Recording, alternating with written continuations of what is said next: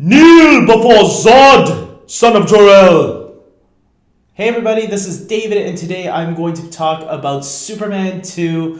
This is the sequel to the first Christopher Reeve movie that was directed by Richard Donner, now directed by Richard Lester. And what did I think of this movie?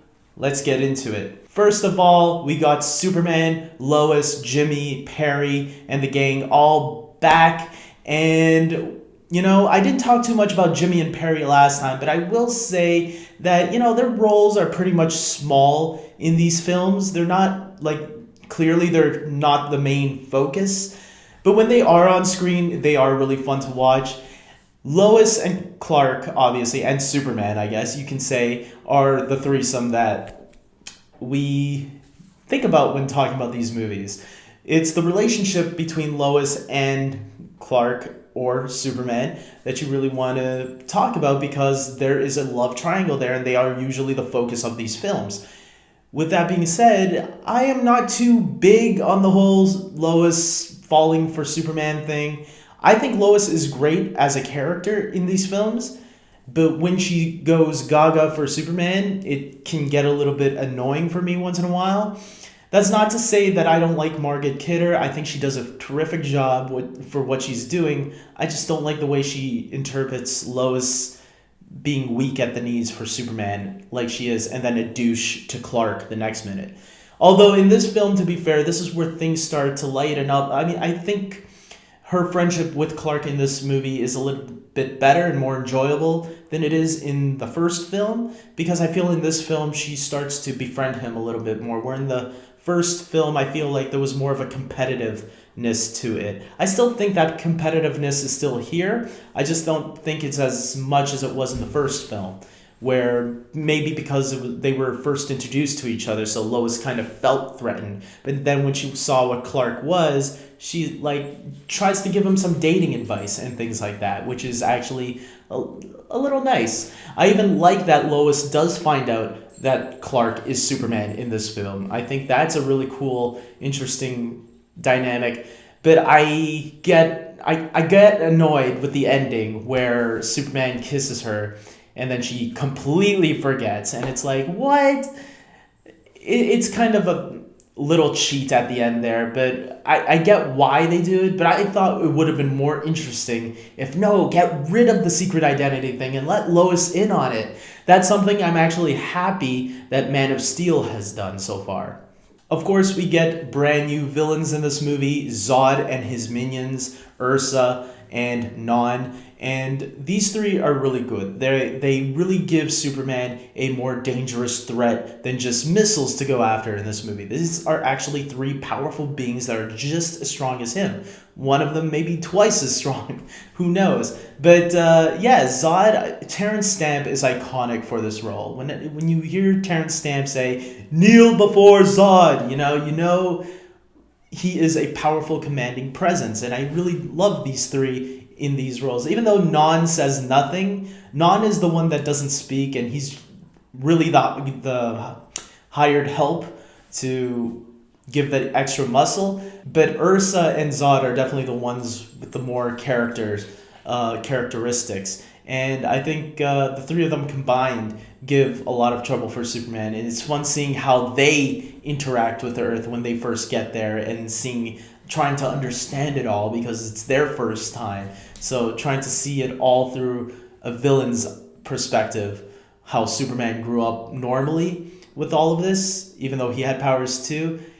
These guys are experiencing Earth and their powers for the first time, and it's really nice. Also, we get Lex Luthor and Otis back and Eve Tessmacher. I didn't talk about Eve Tessmacher a little bit in the last one, but it looks like Lex forgave her because she helped Superman out in the last movie. And it was cool seeing these characters back, especially Gene Hackman as Lex. It was nice seeing Otis too. I wish they would have brought Otis along though, because I like the Otis and Lex interactions where Lex verbally abuses Otis, but in a comedic way. And he does the same thing with Eve Tessmacher as well. But I think it's more enjoyable when it's Otis. And but there are Otis and Tessmacher are only in it for quite a little bit, so their roles like they quickly disappear. It's mostly Lex throughout most of the film because he decides to team up with Zod and help take down Superman, which is really cool to see. Once again, this film, is just like the original film and the films that will follow. Superman 2 is kind of dated in many areas. The fights aren't as quick paced as or really well done as some would expect today. You watch something like Captain America: The Winter Soldier, the fights are quick paced and they feel real, while the fights here feel a little bit more fake. And not that that's a bad thing if you can lower your expectations on some of that and remember the time that this was made in. This was some pretty impressive stuff at the time, but nowadays it might not seem that great to a lot of people. With that being said, it's still an enjoyable film, and there's still a really nice story going on with Superman losing his powers and trying to fit in with the world, especially trying to have a relationship with Lois. I thought that was really cool. Now, for those of you that don't know, there is a Richard Donner cut, because Richard Donner did film his own version of Superman. He got pretty much a good way through. But when he was replaced by Richard Lester, they cut out a lot of the stuff that Richard Donner filmed, and they replaced it with a lot of new material, more comedic material. And I would totally recommend you guys watching the Richard Donner cut, because I think that version actually does help it a little bit more. And not to say that this one's a bad movie. I actually think this one is even better than the original Superman movie. This is probably my favorite of the Christopher Reeve films. But the Richard Donner version is even a little bit better. It actually helps a lot with Marlon Brando, because a lot of Marlon Brando scenes from Superman 2 were all cut out. So the only place where you can see new Marlon Brando scenes that were never used in the first film or in the second film, they're all in the Richard Donner cut, which is another worthwhile reason to check that version out. What makes that part stronger, being Marlon Brando being in the film, is that with Marlon Brando there, the whole idea when Superman loses his powers and when he comes back for help, he yells out "Father," because he's calling out for his father. And it is more effective when Marlon Brando is there, because you know the history between him and his son and what the father had to accomplish to get rid of, to have his son leave to Earth and be safe. The mother is strong too, because, mother, right? Everybody loves their mother, and the mother is the most cherished. Our mothers give us birth, right? But it's the father that had a more established relationship with Superman in the original film. That's what makes Marlon Brando's character that's what makes his scenes elevate a lot more in the Richard Donner version.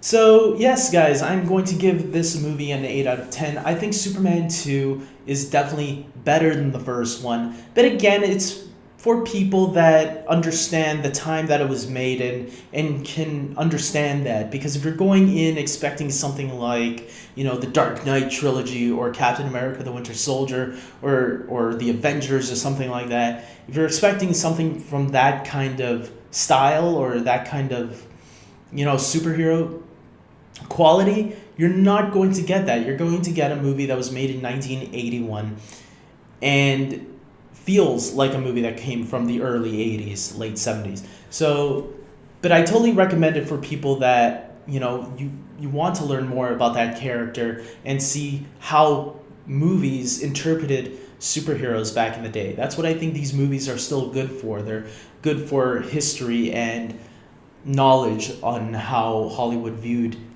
these things. So with that being said, guys, I think that's all for my Superman 2 review. And I said what I needed to. I don't think I need to say anything else. I gave my thoughts, a few thoughts on it here and there. And with that being said, hopefully I'll get to Superman 3 very soon. But my next review will be most likely Batman Returns, the next Michael Keaton Batman film. So until next time, take care.